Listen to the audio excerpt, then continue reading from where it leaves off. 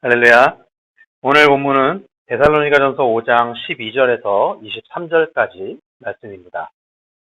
신약성경 데살로니가전서 5장 12절에서 23절까지 말씀입니다. 한 목소리로 같이 한번 읽어보겠습니다. 형제들아, 우리가 너희에게 구하노니 너희 가운데서 수고하고 주 안에서 너희를 다스리며 권하는 자들을 너희가 알고 그들의 역사로 말미암아 사랑 안에서 가장 귀히 여기며 너희끼리 화목하라. 또 형제들아, 너희를 권면하노니 게으른 자들을 권계하며 마음이 약한 자들을 격려하고 힘이 없는 자들을 붙들어주며 모든 사람에게 오래 참으라. 삼가 누가 누구에게든지 악으로 악을 갚게 하지 말고 서로 대하든지 모든 사람들은 항상 선을 구하라. 항상 기뻐하라. 쉬지 말고 기도하라. 범사에 감사하라. 이것이 그리스도 예수 안에서 너희를 향하신 하나님의 뜻입니다. 성령을 소멸하지 말며 예언을 멸시하지 말고 범사에 헤아려 좋은 것을 취하고 악은 어떤 모양이라도 버리라. 평강의 하나님이 친히 너희를 온전히 거룩하게 하시고 또 너희의 온 영과 손과 몸이 우리 주 예수 그리스도께서 강림하실 때에 흠없게 보존되기를 원하노라. 아멘. 오늘 이 데살로니가전서의 말씀은 바울이 데살로니가에 보낸 첫 번째 편지입니다. 그리고 오늘 우리가 읽은 본문은 그 편지를 마무리하면서 보낸 권면의 말씀이에요. 그냥 바울과 데살로니가 교회의 관계가 어떠했기에 바울이 데살로니가 교회에 편지를 보냈을까요? 바울이 보낸 편지들을 보면 특징이 있습니다. 대부분의 교회 편지를 보낼 때 자기의 사도권을 그러니까 자기를 가리켜서 사도라고 이야기를 하면서 그 편지를 시작을 해요. 그런데 데살로니가 교회는 그 사도에 관한 이야기를 하지 않습니다. 그리고 또 한 가지 데살로니가 교회의 특징 중에 하나는 바울 자기를 소개할 때 바울과 실로아노라고 소개를 하거든요. 이 실로아노는 누구일까요? 신라입니다. 신라. 우리가 알고 있는 신라입니다. 그러면은 왜 여기서는 실로아노라고 표기를 했냐는 거죠. 왜냐하면 이 데살로니가 교회는 이방인의 교회였기 때문이에요. 실로아노는 신라의 헬라식 표기입니다. 그래서 데살로니가는 지리적으로도 보면은 바울이 2차 전도 여행 때 빌립보를 지나서 들린 곳입니다. 그러니까 오늘날의 아가야 지방, 그리스 지방에 있는 도시예요. 그래서 여기는 이방인들이 많았던 도시였습니다. 그런데 이 데살로니가 교회는 이제 다른 에베소 교회나 고린도 교회나 이런 데를 보면은 바울이 1년 넘게 머물면서 말씀을 가르치거든요. 그런데 데살로니가 교회는 그렇게 오래 있지 못했어요. 바울의 그 편지에 의하면은 데살로니가 교회에서 바울은 3주 정도밖에 못 있었던 것 같아요. 왜냐하면 이 3주 동안 말씀을 가르치다가 거기서 쫓겨난 거예요. 그런데 그럼에도 불구하고 딱 3주 있었거든요, 바울이. 오래 있지도 않았어요. 딱 3주 있었어요. 그런데 그럼에도 불구하고 그들에게는 굳건한 신앙이 있었던 것 같습니다. 그래서 바울은 그들에게 편지를 보낸 거예요. 그렇다면 그들에게 굳건한 신앙이 있을 수 있었던 이유는 무엇일까요? 그들이 어떻게 복음을 딱 3주만 들었음에도 불구하고 그곳에서 믿음을 지킬 수 있었겠느냐 하는 거죠. 바로 재림을 기다렸다는 거예요. 재림을 기다렸다는 것입니다. 여러분 1987년에 일어난 오대양 사건 기억하십니까? 그리고 1992년에 일어난 다미성교회 사건도 기억하시나요? 저는 사실 1992년에 일어난 이 다미성교회 사건은 너무 지금도 생생하게 기억하거든요. 오대양 사건은 잘 몰랐어요. 얼마 전까지. 한 1, 2년 전에 TV 프로그램을 통해서 자세하게 설명을 듣기 전까지는 그냥 오대양 이야기만 알았지 이 사건의 핵심이 뭔지 몰랐었습니다. 이 두 가지 사건에 공통점이 있어요. 그 뭐냐면 시한부 종말이에요. 시한부 종말. 오대양 사건은 1988년을 D-Day로 잡았었고요. 다미성교회는 1992년 10월 28일을 D-Day로 삼았었죠. 그때를 기억을 해보면은 저도 좀 무서웠었어요. 뭐가 무서웠냐면은 예수님이 그날 재림할까봐 이것도 무서웠지만 이거보다 더 무서웠던 것은 그들의 열심이었어요. 그 재림을 기다리는 그 열심이 참 무섭더라고요. 그런데 여러분 사람들이 왜 시험 들어보는지 대부분의 경우는 아니지만 많은 사람들이 시험부 정말론에 빠지는 이유는 이 땅에 소망이 없기 때문입니다. 이 땅에서 살아갈 힘이 없는 거예요. 너무나 이 땅에서 살아가는 게 힘든 거예요. 너무나 어려운 거예요. 그렇기 때문에 미혹당하는 것입니다. 여러분, 이 땅에 소망이 없습니다. 소망이 없죠, 이 땅에. 영원한 하나님 나라가 우리의 소망이죠. 그러나 우리는 이 땅을 그렇다고 해서 외면해서는 안 됩니다. 왜냐하면 우리 이 땅에 살고 있기 때문에. 그렇다면 이 땅에 어떤 소망이 있어야 될까요? 여러분, 그리스도인이 여러분들이 우리의 교회가 이 땅에 소망이 되어야 되기 때문에 우리가 소망이 되어야 돼요. 데살로니가 교회 교인들도 예수님의 재림을 기다렸습니다. 바울의 편지에 의하면 데살로니가 교회 성도들은 게으른 사람들이 있다라고 표현을 하는데 그들이 게을렀던 이유 중 하나도 어쩌면 이 재림 때문이었을지도 몰라요. 예수님 오시면 뭐 다 끝나는데 이 땅에서 무슨 의미가 있어? 아무런 의미가 없어. 예수님 오시면 끝나니까 이 땅에서는 뭐 법을 지킬 필요도 없고 돈을 벌 필요도 없고 아무런 필요가 없다라고 여겼던 것 같아요. 바울은 데살로니가 교회 교인들에게 예수님의 재림을 어떻게 준비해야 하는지 오늘 본문 23절에서는 이렇게 이야기를 해요. 평강의 하나님이 친히 너희를 온전히 거룩하게 하시고 또 너희의 온 영과 혼과 몸이 우리 주 예수 그리스도께서 강림하실 때에 힘없게 보존되기를 원하노라 이렇게 이야기를 합니다. 예수 그리스도가 다시 오실 때 흠없게 보존되기를 원한다 이렇게 이야기를 하고 있거든요.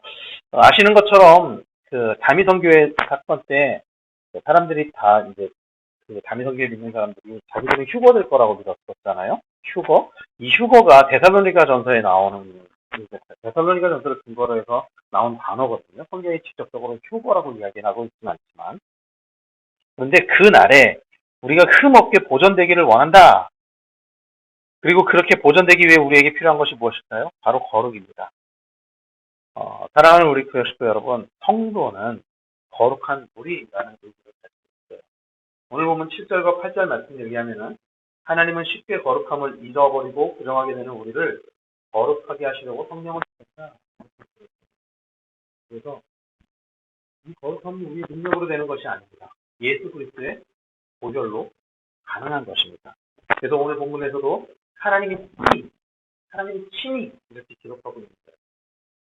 여러분 거룩함은 어떤 행위에서 주어지는 것이 아닙니다. 그래서 거룩한 척 할 수 있는 게 아니에요. 교회에 많이 나온다고 해서 거룩한 게 아니에요. 여러분 기도를 오래 한다고 해서 거룩한 게 아니에요. 직분이 높다고 해서 거룩한 게 아닙니다. 목사라고 해서 다 거룩한 것도 아닙니다. 여러분 이 거룩함은 하나님의 은혜로 주어진다는 것을 믿으시기 바랍니다. 그리고 온 영과 혼과 몸이 우리 주 예수 그리스도께서 강림하실 때에 흠없게 보존되기를 원한다. 영과 혼과 몸, 전인적인 성화를 나타내는 거예요. 전인적으로 우리가 모든 것이 성결해지기를 바란다. 예수님께서 오실 때 그렇게 우리가 준비되어져 있어야 한다. 그리고 예수님이 오시면 이것이 이루어진다. 그렇게 이야기를 하고 있는 거예요. 그리고 그 모든 것을 주관하시는 분을 바울은 평강의 하나님이 이렇게 이야기를 하고 있습니다. 여기서 이야기하는 평강은 팍스 로마나 할 때 하는 그 팍스와는 다른 단어입니다. 어떤 단어죠? 에이레네라는 단어입니다. 에이레네. 내면적으로부터 오는 평강을 이야기를 하는 것이죠. 데살로니가 교회 교인들은 아주 짧은 시간 복음을 들었죠. 그런데 그 복음이 정리되지 않은 채로 재림을 기다렸던 것 같습니다. 그래서 그들 안에 교리적으로 많은 혼란이 있었던 것 같아요. 여러분 우리도 한번 생각해 보세요. 교회 나온 지 얼마 안 됐는데 예수 믿기 시작한 지 얼마 안 됐는데 재림의 교리를 종말론을 들었어요. 그럼 얼마나 혼란스럽겠습니까? 데살로니가 교회 교인들이 그랬었던 것 같아요. 바울은 이런 혼란 가운데 있는 데살로니가 교인들에게 하나님이 어떤 분이시냐? 평강을 주시는 분이다. 너희들에게 평강을 주시는 분이다. 그렇게 이야기를 하고 있는 것이 아닙니다. 여러분 하나님은 혼돈의 하나님이 아니에요. 하나님은 평화의 하나님이고 질서의 하나님이십니다. 이 평화와 질서는 누가 깼는지 아십니까? 인간이 깬 거예요. 처음 하나님이 세상을 창조하셨을 때를 창세기는 이렇게 창세기 1장 1절과 2절 말씀에 태초에 하나님이 천지를 창조하시니라 땅이 혼돈하고 공허하며 흑암이 깊음 위에 있고 하나님의 영은 수면 위에 운행하시니라. 하나님의 영이 수면 위에 운행하신다고 이야기를 하고 있어요. 여러분 전통적으로 유대인들에게 물은 무질서, 혼돈 이런 걸 뜻합니다. 노아의 방주 사건에 이 심판이 물로 이루어지는 이유가 무질서해졌기 때문에 그걸 다시 쓸어버리려고 하나님이 물로 심판. 그래서 창조부터 수면 위에 운행하신 그 하나님께서 그것들을 정리를 하시면서 그래서 무질서에서 질서로 옮겨지는 그 과정을 이야기를 하는 것입니다. 이거는 창조 질서를 이야기하는 거죠. 즉 하나님의 법, 하나님의 질서를 이야기를 하는 것입니다. 그런데 여러분 인간이 이 질서, 하나님이 만드신 이 창조의 질서를 범죄함으로 인해서 어김으로 인해서 이게 깨진 거예요, 여러분. 창조의 질서는 인간과 맹수가 같이 어울리는 거예요. 그 모든 동물과 식물들이 다 어우러지는 것입니다. 그리고 그 모든 것을 피조물인 인간이 다스리는 게 그것이 창조의 질서예요. 그런데 인간이 범죄함으로 이것이 깨졌다는 것입니다. 그리고 이 범죄가 더 만연해졌을 때 하나님께서 홍수를 내리셨잖아요. 그리고 이 홍수를 통해 다시 한번 이 세상의 무질서를 질서로 재창조하셨습니다. 여러분, 그래서 우리의 하나님은 질서의 하나님이고 평화의 하나님이다라는 것을 기억하시길 바랍니다. 그리고 그 평화를 누리기 위해 우리는 하나님의 법을 따라야 돼요. 그러면 오늘날 하나님께서 우리에게 주신 그 법이 무엇이죠? 거룩입니다. 내가 거룩하니 너희도 거룩하라. 거룩이에요. 이것은 성령의 역사를 따를 때 완성되는 것입니다. 오늘 본문에서 성령을 소멸하지 말며 이렇게 이야기하잖아요. 이것은 이성적인 판단을 절대시해서 성령의 역사를 무시하는 태도를 금하는 거예요. 이성적으로만 생각해가지고 그 성령의 역사를 인정하지 않는 것. 근데 반대로 또 예언을 멸시하지 말고 이것은 너무 성령의 역사만 믿어가지고 현상적인 면에 치우쳐서 이것을 남용하거나 오용하지 말아야 한다. 즉 성령이 인도하신 가운데 균형 잡힌 신앙생활을 해야 된다. 그렇게 이야기를 하고 있는 것입니다. 오늘 우리의 신앙생활에는 이것이 필요해요. 이 균형. 한쪽으로 치우치지 않는 것이 필요합니다. 성령의 인도하심을 따르고 성령의 역사를 믿으면서 또 때로는 이성적으로 판단하고 그런 예언을 인정하고 이 예언은 미래의 일을 이야기하는 것이 아니라 현재 우리의 문제들을 지적하고 그것들을 들춰내고 그것들을 고민하고 이런 것들을 이야기하는 거잖아요. 사랑하는 우리 구역 식구 여러분, 우리는 균형 잡힌 신앙생활, 성령 안에서 거룩한 신앙생활을 해야 합니다. 이것은 온전히 우리의 모든 것을 하나님께 위탁할 때 가능한 일입니다. 우리의 공동체가 성령의 역사 가운데 거룩함에 이르는 공동체가 되기를 간절히 소망합니다. 또 우리 한 사람 한 사람이 그런 성도님들이 되시기를 간절히 소망합니다. 그러므로 그리스도 안에 성령의 힘으로 하나 되는 모든 구역 식구들 다 되시기를 예수님의 이름으로 간절히 축원합니다. 이제 나눔 시간을 갖겠습니다. 모든 구역 식구들이 천천히 또 많이 한 명도 빠짐없이 나누시기를 바라는데요. 나눔의 주제는 세 가지입니다. 첫 번째, 우리는 거룩하게 부름받은 성도입니다. 어떻게 하면 거룩함이라는 정체성을 지켜낼 수 있을까요? 두 번째, 우리 교회 안에 혹은 각 가정의 주변에 연약한 성도가 누가 있는지 찾아보고 어떻게 도움을 줘야 할지 이야기를 나눠봅시다. 세 번째, 각 사람에게 성령께서 주신 은사, 하나님께로부터 받은 은사가 무엇인지 나누고 그 은사로 어떻게 교회를 섬길 수 있을지 이야기해 봅시다. 네, 나눔 진행하시고 2부에 찬양하시면서 공동하시고 주기도문으로 모든 기도한 모임이